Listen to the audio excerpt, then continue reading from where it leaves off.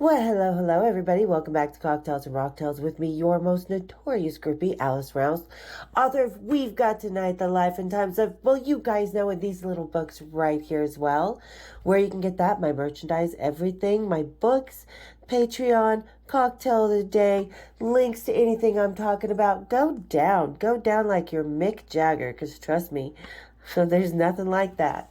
And as always, thank you guys so much for all the love and support, for everybody who's just lurking, who's members here, who contributes, everybody. Just so thankful that you're all here. Let's get this channel to 2,000, all right? And speaking of thankful, you guys, we are on another Blackout episode, and that can only mean one or two things. And it means that I have another guest on. This is part 2 with Miss Desirée. Say hello, Desirée. God, it's exciting to be back. Woo! And today I'm just going to be having a little local brew from our talisman called Utter Chaos, one of my favorite stouts from our local brews. And I absolutely added a shot of Jameson to it because, you know me, like I said, I'm a bitch for a whiskey soak. So what are you drinking today, Miss Desirée? Today I got some good old-fashioned Southern sweet tea. Oh, well, add a little whiskey to that and you'll be on par. No, I'm kidding. I wouldn't, I don't know if I would in this weather, though. It is so baking hot in Texas. I know I shouldn't complain, but humidity, heat, I don't even know. I know, it's 105 here today. So I'm like, ugh. Isn't it something? I'm just about tired. I know I am long been tired of it. Just get it on out of here. Right? And speaking, get it on out of here. Let's tell everybody to grab your cocktails, kick up your feet, and have a little cocktails and rocktails. Say it with me, Desirée. Cheers, big ears. There we go. Hold on, let me take a drink. Oh, that's so good. I love it with the Jameson. Nothing like it. Okay, so when we left Desirée the last time, we were talking about, I kind of left you on a cliffhanger about her. She has it in her blood to have been part of rock and roll and attracted to music because of who her father was. But we will let Desirée tell that story. So Desirée, why don't you let everybody know kind of the background and everything and how you met your father and who he was in music history, because a lot of people won't realize that he had a huge part in music history, but musicians will know exactly who he is. Right. Yeah, I actually grew up thinking my father that raised me was my biological father, but as kids often do, you have that feeling that they're not. I don't know if everybody's like that, but I love my dad. He treated me like gold. It wasn't that in fact, he treated me better than he did my older sisters, unfortunately, because that should never happen. But he seemed to worship the ground I walked on where the kids were concerned, and his biological daughters didn't seem to get that favorable treatment. So you would never suspect from that I might not be his child. But I had that nagging feeling all my life. And then when I was 14, I kind of pressed my mom about it. And I said, is he really my father? And she kind of tiptoed around the bush, and didn't really want to give me an answer. But I just she's like, why wouldn't you think he was? Like that. And I just kind of told her how I feel. Like I've always had this nagging suspicion he's someone else, and the genetics are a little bit different. Everybody's got really black hair. I was born blonde. It's just, I just feel it. Yeah, we saw your hottie patati pictures from before. The which ones? The hottie patati ones with your blonde and the. No, that was bleach, because my hair did turn dark when I got around third or fourth grade. It started growing in brunette, but still, my sisters had black hair. My mother had black hair. The father that raised me had black hair. I was nowhere near any of that, And so I pressed and pressed her. And then she did admit that he wasn't really my father. And she gave me the name of some man who is no longer living. and told me that was my father. And this person was also someone of celebrity status, which blew my freaking mind. And of course, back then there's no DNA and nobody even thought that would happen. And I just walked Right. around life kind of mind blown, going, no way, no way, no way. Well, long story short, many years later, we find out that she also told my younger brother, who had some serious medical problems, that his father was this musician guy, right? And my father that raised me said she lied to him. Long story short, we went through all these things where we tried to, figure it out, and we got her to confess that her ex-husband was telling the truth. She lied about his paternity, and by the time that all this was coming out a little later in life, I was like, look, Mom, if you lied about who my father is to, I'm not going to be mad at you, but I Yeah. am going to be mad at you if my kids need a kidney transplant like my brother does, and I don't even know who my biological family is to donate one. That's going to piss me off. I said, break the truth now, just let it out, whatever it may be, and I forgive you, So here I am, 26 years old at this time, and I finally get the name. And it's funny because she had brought up the name throughout my life, telling stories about times and things. You're like, oh, one So, time but me you and this never guy put, once dated you named figured such out that your adopted dad wasn't your dad, you never put two and two together with that person that she had mentioned. Yeah, because I was thinking a lot of names came up. But Oh, then, okay. so she tells me, well, his name is Bucky Meadows. He's Willie Nelson's guy. And if you just call Willie Nelson, he'll tell you where he is. Like, that's just, woo! Okay, yeah, let me pick And up he the was, phone and just get and that. Bucky Meadows is well known among the country community and stuff, but for being Willie Nelson's guitar player, correct? And Yeah. like we Oh, said, boy, we what? even connected him back to, because what a lot of people may know from Pantera, Dime and Phil's dad was a country guitarist and producer around all the same people with David Allan Coe and Willie. So that Vinny and Dime's dad definitely knew Desiree's father. Oh, there's no way they didn't. In fact, some of my dad's mutual friends, like Ernie, who I met randomly, but he knows my father quite well, and now we're real good friends. He's a musician. He, if I talked to him, he could probably tell me if Bucky knew them, like if they were. But it's almost impossible for that network not to know each other or Yeah. know of each other. It's just almost impossible. But anyhow, so you don't just pick up information and ask if you can have the number to Willie Nelson. It don't work like that. Yeah, So no. yeah, thanks, Mom. I'll take that tip. No, but so I decided, okay, I have a name. She couldn't remember his son's name, but I had an older brother. She couldn't remember the first name, and she knew kind of vaguely what my maybe one or two of my uncles' names were, but wasn't certain. It was just crazy. So I tried a few phone numbers out of the white pages, calling Houston to see if I could find a relative, and the task began to seem almost, daunting. But a twist of fate would put all of that in my path, like at the right time, the right moment. I met a guy who played for the Freddie Powers band, and I explained to him my dilemma of finding my father. And he's I mean, because by the time you were 26, you were already well into and past the groupie years, and you knew the music business, so you knew that you had an avenue, correct? Oh, yeah, and see, we skipped all past most of my groupie stuff to get to this story, and that's okay, because we can always backtrack. Oh, yeah, we're going to do more, don't worry. Yeah. So this is further down the line. I have kids now, I'm married, I'm not running around the band circuit these days. But I run into to this guy, and he played with Brady Powers. And when he told me that, I was like, do you know a guy named Bucky Meadows? He's like, yes, I do. And I go, okay, well, Voila. this is going to seem like a strange story, but I'm a daughter. And he was like, he was going to the picnic that year, the Willie yearly picnic. Yeah. Usually in Luckenbach.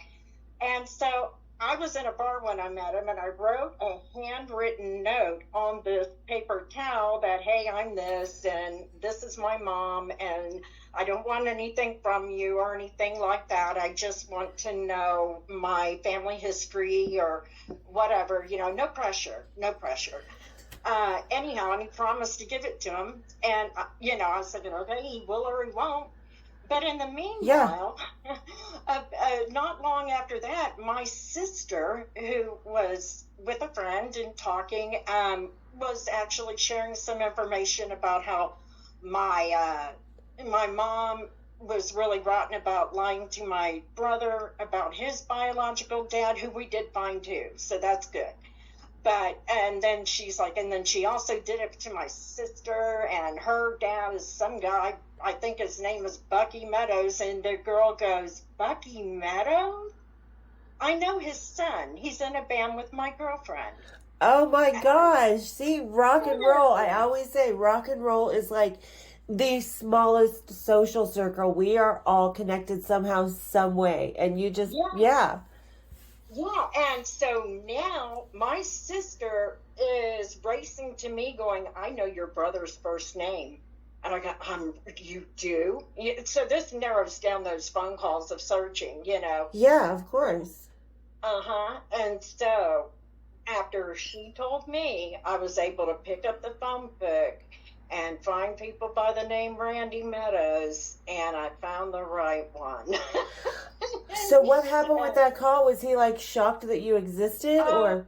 Oh my God, because I was sitting there thinking I'm talking to an older sibling who may not know he has a sibling. And not only that, if she's lying again about who my dad is, I'm going to make the 10 o'clock news, okay? Right. It better be the right thing. Don't you dare make a fool of me twice. It's like all those women who claim to be Michael Jackson's baby mama. Who did that? Oh, women over the years are like, when Prince died, there's a couple people in prison that were like, yeah, Prince was my biological father, but then the DNA test proved no. Yeah, and you know what? See, I can look at those stories a little differently and go, wait a minute, did his mom say that? Because it happened to me. Yeah, but your mom seems to be twisted, and we talked about this before, earlier today, and your mom just seems, no offense, seems to be twisting stories to prevent you. And is it because she was punishing them or punishing you guys, or? It was to avoid her own consequences of facing the father that she walked out on 4.5 months pregnant with me and never contacted him, never made any attempt to get me to him, nothing. She stole his kid. You don't do that. You have two parents, and if he didn't want to be a part of my life, that's okay, but you don't make that decision. Well, you give the parent an opportunity to be a parent or to check out. Exactly. And it really hit me hard when she was telling me, I can't remember your brother's name. Oh, I should remember it because he used to cry all the time about not being able to see him. And then she did that to him. She feared the wrath of him, his family, everybody, because you don't steal a child from one person. You steal them from everybody. You steal it from that whole family. So what did your brother do when you called? So the phone call went kind of like this, because I didn't know what he did or didn't know, and I didn't want to shock the man or have him hang up on me. So I asked him, I called and I said, hi, I'm looking for someone who may know Bucky Meadows. Would he happen to be a family member of yours? And he said, he sure is. He's my daddy. And I was like, oh, shit. Oh, no.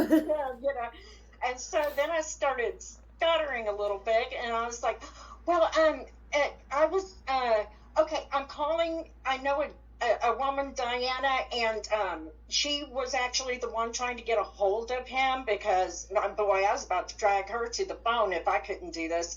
And I was like, and she's been looking for him. She's knew him, many years ago and lost touch. And he's like, you wouldn't happen to be my little sister, would you? So he knew about you. Yeah, kind of, sort of. Because Bucky, Bucky was a character anyway. After everything when we met and we talked, it turned out that throughout his young life, he used to tell Randy, be careful who you sleep with. I think you got to sleep with. That does kind of scare me because, I have an unknown half-brother that's 3 months younger than one of my sisters. So I can see that. There's logic in that.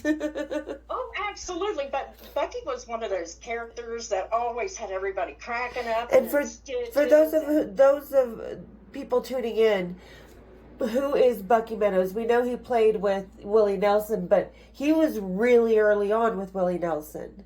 He was early on. Like, he probably knew Patsy Cline, like Loretta Lynn knew him. Oh, he did. He knew them. And he adored Patsy Cline. Oh, see, that makes me jealous because I love Patsy Cline. Like, in my mind, Patsy Cline, Loretta Lynn, they were the original badass rock chicks, Yeah, well, I kind of fast backtrack on Bucky Meadows. He was born a child prodigy on piano. He played it so well they couldn't hire anyone to teach him how to play because he knew more than they did, but he couldn't read a note of music. And then he got picked up by a national band. I can't recall the name. My brother probably does. And he started touring with them at the age of 12. He was on tour. And he would, come home every single time with gifts for everyone. But he was just a young boy. And at the age of 12, people don't think about it, like the Justin Biebers or the boy bands and stuff, and they just shove people out on the road, and they think it's all, rainbows and kittens. But especially back then, you didn't have supervision like people have now. No, you didn't. And this is old-time Texas, where I'm probably a seventh or higher generation Texan on both sides. Both sides. I had to think about it for a minute where my mom's people went, but it's old country time. He wasn't uneducated by any means, but he was on tour at a young age, and then he decided to play guitar, and maybe it was because he felt he had already mastered everything he could with piano. That's all I can figure. But he fell in love with that instrument. And he had such a unique style of playing that, he somehow could make that guitar sound like a piano. And I noticed when I listened to his music, sometimes I have to back it up and go, is that the guitar coming in or a piano? Because he could make it play like a piano if he wanted. Wow. And it was such a unique style. And he also had this habit of, if he was coming to record a country music, he'd play jazz, and if you hired him to come in and play jazz, he played country, they said. Yeah. I don't know what matter, but he said and sometimes he couldn't even play the same thing twice, but he always played so pretty, they said. Yeah, he was a character, and he started off so young, and he lost his mama so young. She died at 42. Oh, wow. Wow. Yeah, that really kind of shook his life. But, he grew up, he ended up joining the service into the Air Force and played music all through the Air Force. He was everywhere. But I could probably find through my brother a lot of his early music, but like who he played with. I don't think I'd be familiar with those acts personally because I'm a rock chick. Don't ask how that happened. But, hey, music is in the blood. Yeah, it did. And but he ended up playing with so many people. We still, to this day, every once in a while, a recording will pop up of his that we didn't even know was out there, But he ended up crossing tracks with Willie, okay? And I remember seeing a newspaper article that labeled him the fastest fingers of the West, and it was him meeting up with Willie. And Oh like my gosh. yeah, the person who did the newspaper article is talking about these two musicians coming together, and the magic, chemistry of what was happening in front of him. And Bucky ended up coming in on the Red-Headed Stranger album. And my understanding, and this is direct inside info, is that when they recorded that album, now Willie was a great songwriter, and he had people out there like Patsy. They were recording his stuff. Oh yeah. And he had some success, but he wasn't the name we know now, like where everybody knew who he was. Back then when your dad crossed paths with him, like you said, Willie was pretty much just a songwriter. He wrote Crazy. He wrote a lot of Patsy's songs, a lot of country songs, old country songs that we know. Exactly. But, and the thing is, because other people were recording them, they weren't seeing him as the artist or the incredible artist that he is yet. It was the attention went on to the person performing it. And still it does, because there's still a lot of songwriters out there behind the scenes that are unknown. Exactly. And so at this time, Bucky comes in and he's recording Red-Headed Stranger, and they take it to the record producers as a finished product, and they said, no, we can't release that. You guys need to go clean that up. And they're like, no, that's how we play. That's how it's going out. So they had a bit of a disagreement about that, but got their way, and they released that Red-Headed Stranger album. And one thing it kind of brought it all in was that on the song called Remember Me, Bucky came in and decided, hey, country album, let's play a jazz lick. And he played a jazz solo on that song that had never been done, as of yet, Yeah. And so, anyhow, that got a lot of attention. Hey, something different happened here. Look at that. And when that got attention, the whole album got attention, which, of course, you see all the brilliance of Willie in that album.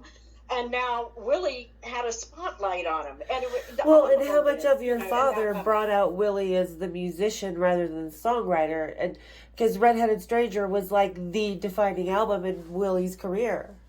Right, so they kind of rode that wave of success together, and perfectly, because Bucky doesn't want to be the front guy. Bucky doesn't want that. He was actually a very kind of, in social settings, very out there, but, he was kind of reserved too.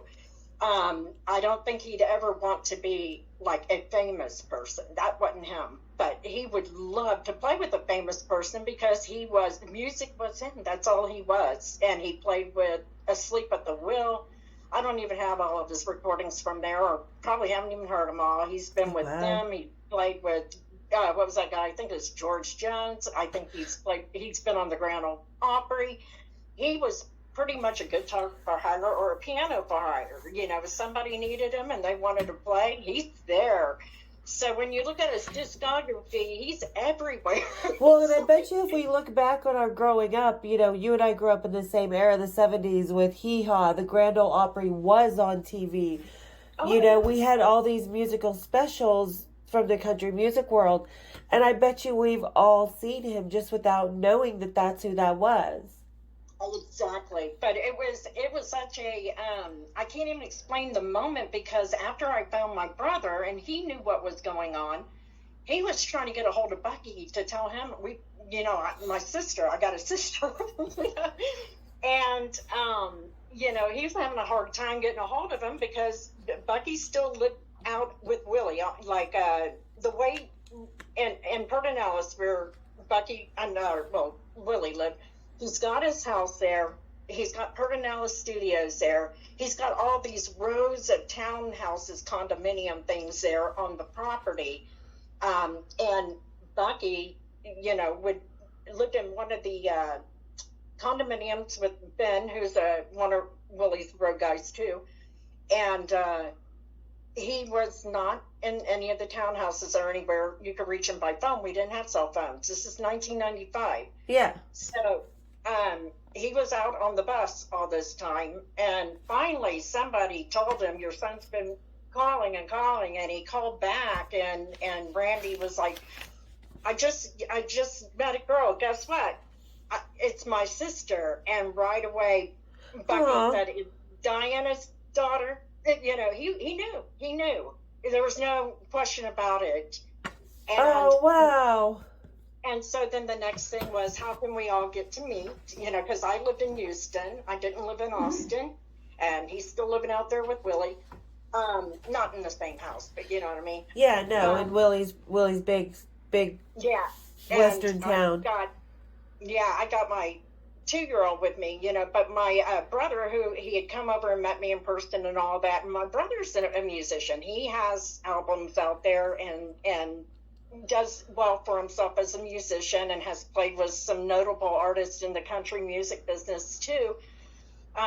But he called me and he's like, Bucky wants to see you. And I go, I want to see him too. I'm just, you know, I'm still like walking on cloud 9 that I found this family and they actually accept me, you know? Yeah. And yeah, because you don't know how that's going to turn out. It's a 50-50 shot. Yeah, well, some people might not want anything to do with that part of their past, and, you know, it's unfortunate, but this is not those people, and I was thrilled. And so he's like, my brother planned a trip for us to go that coming weekend, and we took off, and I went to Austin, to Willie's place. Oh, how awesome, though. You're walking onto this legendary, you know, Looking Buck, Texas, the whole 9 yards. No kidding. It was crazy, girl. I was like, you know, I was kind of beside myself going, I'm going to meet my dad at Willie Nelson's house. Right? That was just crazy. I mean, because it's not only your dad, but as someone who had already been a part of the music scene, had lived a bit of a wilder life, you know, here's this culmination. You're going to meet your dad backstage, basically. Backstage at Willie's house. Yeah. Right, exactly. That exact setup, you know. But yeah, I got there and it was just like, oh my God, what a weekend. Just, you know, I just walking on clouds. And the minute we got to his place, he wasn't at the house yet. He went somewhere and he came back in and he saw me and he said, baby, what took you so long to come home? Oh, that's so sweet. And with a big old wide hug, and I didn't know where home was, you know, because he didn't know. My mom didn't tell me, and wasn't. You're like, it took me 26 years, well, 12 years, because you started inquiring at 14, so it took you 12 years to twist it out of her. Yeah, and then, you know, I mean, come on, at 18, drop it, you know, drop it. Don't do that to a child. Tell them at 18, please. You know, they have a right to know, because here's the downside of that. I only got to know him a few years before he died of cancer. Oh, I'm sorry. Yeah, so, you know, think of all the years we could have had if I had known sooner. Think of all the backstage passes I could have had. Right? You could have actually gone to a Willie Nelson concert. Because even though you spent a lot of time on Willie's, you never saw a show. No, but, you know, it would have changed everything. My father and I would have had more time to know each other. My brother and I would have had more time. He could have walked you down the aisle. No, I didn't have that. No. See, it all got missed. Yeah, exactly, but had you been given that knowledge earlier...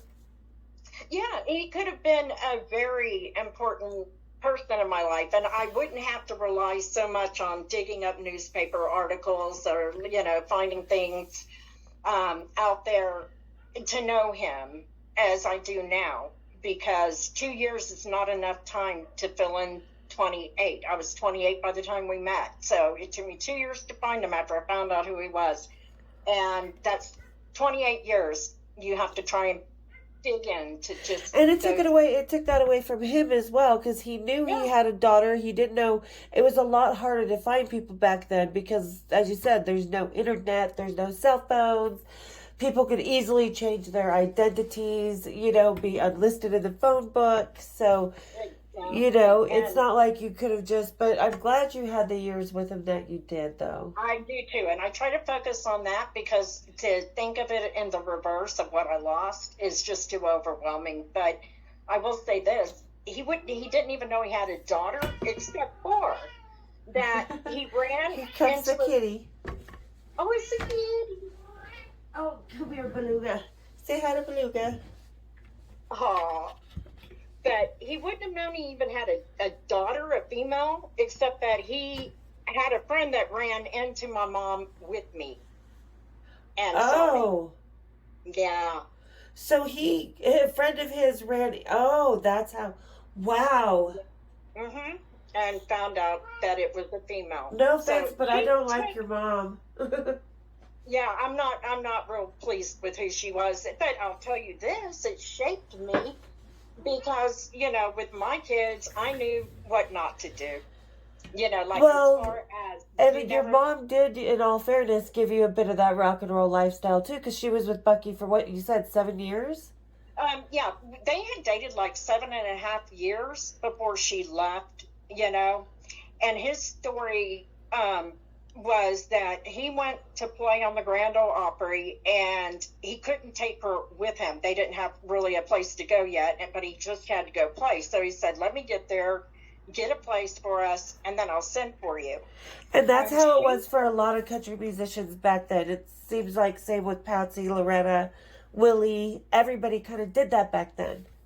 right. And so she told him, if you leave here without me, I won't be here when you get back. And he said, I can tell you this, she's true to her word because she dipped, just took off, went back to her first husband, who legally she was still married to, really, but took off back to him and just never contacted Bucky, just wiped him out like he did not exist in her life, and unfortunately in my life, because I love my daddy that raised me and he'll always be my dad, but I still have a right to know my other people, and have that relationship and that choice, and I was never given that, not even Yeah. at the proper age. I can see maybe shielding me from it till I was old enough, but I cannot see shielding me from Well, it but past the I age. think the second that you started asking at 14, she should have been a little more understanding and open. I think so too, because at that point, my dad that raised me, he had been out of my life. He had remarried in Florida. I mean, we talked once in a while, but he wasn't in my daily life or anything like that. And so it would have been a great time to introduce me to that heritage, and I didn't get it. I didn't get my brother. We didn't get to know each other as kids. And it was funny because I have two younger brothers, two older sisters. I didn't have any older brothers, and I always thought it would be so cool to have an older brother because, you got that brother looking after you and protecting you, right? And he didn't have any younger sisters, but he had his mom remarried and he had brothers. And he had Yeah. always thought, I sure wish I had a little sister because Well, he you never got both to did. experience. Yeah, and so when we found each other, it was like a wish come true. And I still cherish my brother like no other. He is the best, good-hearted, most, honest, sensitive, caring soul you could ever find. And I'm so, so blessed, that I still have him and that I've had him all these years. And, I'm grateful. I'm grateful. It could have been that I never had a moment with Bucky at all. And my brother could have never known I existed at all. It could have went really bad, so I'm grateful that I have what I have, and I don't want to sound bitter because it is a blessing. It is a very big blessing. So, And that's awesome. I'm so glad. And thank you so much for sharing this story with us today. Because, a lot of people don't realize that it really is part of the blood. And there was a certain instinct with you that kind of drew you to a certain way of life. But then you already knew that when you were 14. yeah. And it's almost and the like funny- Backstage was kind of being home for you without really knowing it. Exactly. And the way that, like in these years before that, the way that I'd just be somewhere, famous people are around, that I didn't even know were going to be there. And, I just keep crossing paths with them everywhere. It's almost like that it was pulling me into that vibe, or I was crossing paths with that vibe. And including, what was it? Oh, yeah, before I found my father, as you know, I've been a tarot reader for over 40 years now. Oh, yeah. We're going to have more of that with you on here. Yeah, and I was doing a gig up at a bar, and I walked in, and guess who's there? Billy Gibbons from ZZ Top. Oh, nice. Yeah, and so I asked him, would you happen to know Bucky Meadows? Because I hadn't found my father yet. And he goes, yeah, I do. And so he knew him anyhow, and he wanted a card reading, and I gave him a card reading and nailed it. He tried to trick me. I nailed it. I got the answer. And he was so tickled about it that we went into a private room with a couple of dancers. I'm not just me and him. It was a couple of dancers that were there and stuff. And we went in this private room where I read for him for a couple of hours. And when I told him, this is a little crazy, I know, because you always get these road people, I'm related to such and such, and I didn't want to sound well, yeah, and especially, but, there are women on the road. The musicians know about the road wives and stuff, so having someone say that so-and-so is my father is not out of the ordinary. It's not often, but it's not out of the ordinary. But I didn't want to create that weird impression, so I told him, he asked me how I knew Bucky, and I told him, well, I don't yet, but, I understand he's my biological father, and he was like, oh, you need something from him? I go, no, I've heard some rumors that he might need something from me, because Bucky led the nomad lifestyle, kind of hot couches and stuff. So if anything, he might be needing a little money. But yeah, no, right. Yeah. So it was a delight. I enjoyed reading for him. He was an interesting character and everything. He did give me a number to get in contact with him. I probably waited way too long. I think I tried a time or two, but never got a hold of him, if I recall correctly. But back then we didn't have cell phones and stuff. Yeah. You leave a message. If they call you back, you may not even know it. So, but I did never touch base with him again. But he was a really cool guy. But it's really crazy because all these roads were leading you to Bucky, and it just proves what we said at the beginning, that Bucky, if you're part of the music industry, and we're talking ZZ Top, we're talking Willie Nelson, Johnny Cash, Jerry Abbott, who was Vinny and Dime's dad, Christopherson, he was there. I've got photos. Yeah, and he was. Yeah, and we're gonna have, for those of you who are actually paying attention, there are photos. So if you've just been listening, go back and look. Desiree's provided photos for us. So. And one more thread to this. Remember the Freddie Powers guy? Yeah. A month after I met my father, he came and brought him the note. A month afterwards? Oh my God, that's crazy, but he did it. He got that note I wrote on that napkin and took it to Bucky. See, it was meant to be one way or another, and I bet you Bucky had that till the day he died. I'm sure he did. It was such a magical ride, and I loved knowing everything I did about him. And his sister, I think she's now the only surviving sibling of his. I talk to her kind of frequently, as much as I can, because of her health and stuff. But she's just, I love her to death. She's the one I definitely took after in the family. You're like, yay, I finally have some explanations.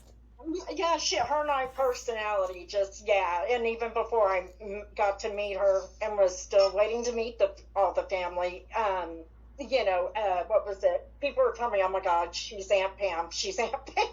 They're like, great, another one. Yeah, so she's been like, an aunt mom because of the fact that I did lose him, so we've had her to go to, and she loves us like her own children. So it's just, it was a crazy ride. And then to think of everything I went through before that and all the people I hung out with and everything, that was right. People probably knew him, and I just didn't know They he probably was knew who that your young. dad was, but again, it's like, it's like you said, be careful who you sleep with backstage. You never know if they're going to be related. Yeah, yeah. See, and that was the other thing my mom did when I was very, very young. She kept telling me when I started getting those teenagers, don't sleep with men and musicians, okay? Just don't ever sleep. And I was like, why? Because I knew she had, and so I'm like, why? Why wouldn't I? She's like, I can't get into it, but you just really don't want to do that. You're So like, but you yeah, have, I do. No kidding. yeah, I know, right? But I dated, like, when I dated a lot of local musicians, or if I was hanging out with a musician that was famous that she knew about, she didn't give me a hard time about it. And I thought, that's odd. Because Well, she of knew course that it wasn't is. your brother or father. Exactly. So she knew that. So I just thought it was really funny that it was selected because I know one night we were hanging out with a drummer from Steppenwolf, and here we are about, I think I was still 15 or so, and my uh, foster sister, she was like 17. And this guy wanted us to show him around Houston. So we're like, okay, so we take this drummer guy and we're driving around the Houston skyline. And this guy's just shoving coke up his nose like there's no tomorrow. No big deal. Not going to judge it. I'm not into that, but, hey, more power to him. Yeah, we're So nobody's we don't mothers. get arrested. It's like swallow the whole thing if you see blue and red. But so Uh, we're, sitting here just traveling around and everything. And then we dropped him off at the hotel. And as we were leaving, he's like, would you girls like some blow to go? And we're like, no, we're cool, yeah. So anyhow, I get home and my mom's like, oh, what'd y'all do? And we told her, and she's like, you didn't bring me any cocaine? What?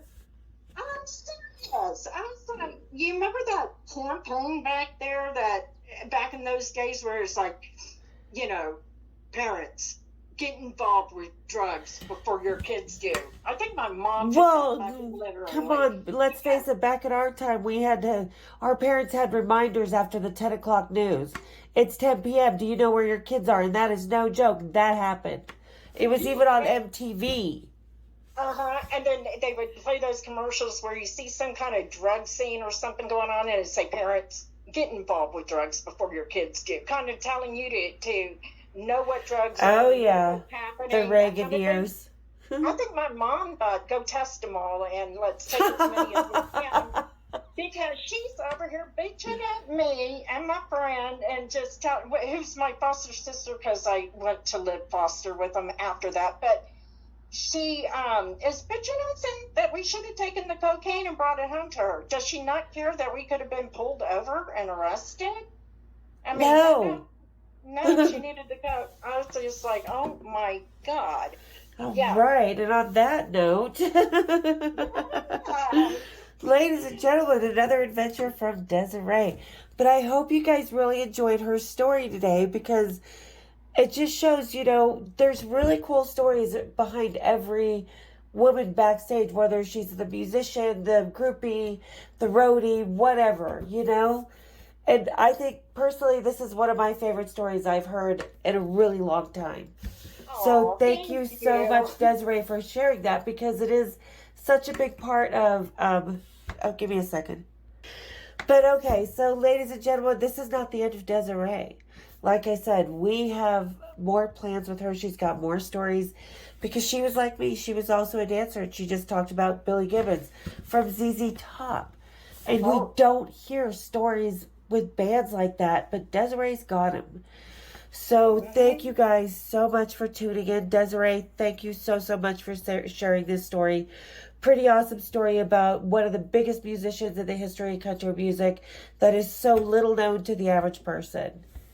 oh, and thank you for giving this platform for everybody to come together and share because I love hearing other people's stories too.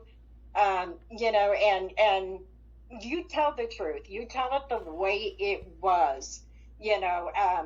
And some of this Hollywood stuff that you see on TV, it's entertaining to some degree, but it's not actually the way it It's all a was. fairy And tale, so, and I'm glad you feel that way. And thank you for being true and honest to who you are as well. And I think that's one thing that us 80s ladies really were. We just were no bullshit, no bound, we didn't paint we didn't put lipstick on a pig, basically. Exactly. And I think people really enjoy hearing from women like us, and I'm glad to have this platform, and I thank you so much for being a part of it because you've been such a huge contributor. Oh, well, thank you. I mean, once I found this, I was like, oh my God, this is it. This is, this hasn't existed before. And we can all come here and we can all share. And I just love that. So thank you for being that. And I'm here always. And I'm looking forward to part 3 because I have a famous boyfriend out there, ex-boyfriend now. No, she's got a few of them. We've already heard We it. want to talk about him because that's a really interesting story how that all happened and played out. I'm looking forward to that one too. And she is going to do a couple psychic readings for us too, you guys. So there's going to be a lot of good times. Black Cat Tarot. I'd love for you guys to get together because you both have some interesting readings together. Oh, I would love that too. That would be fun. Like, a tarot powwow. Right? And Jen TV. Jen's another awesome. She's the reason I started this channel. She's got her own story to tell. And she's an amazing tarot reader as well. So, yeah, we're going to have a lot of cool stuff. So, all right, guys. Thank you so much to everybody who made it to the end of the video, who listened. Like I said, a really cool little story that we don't hear very often. So personal. So that's really awesome.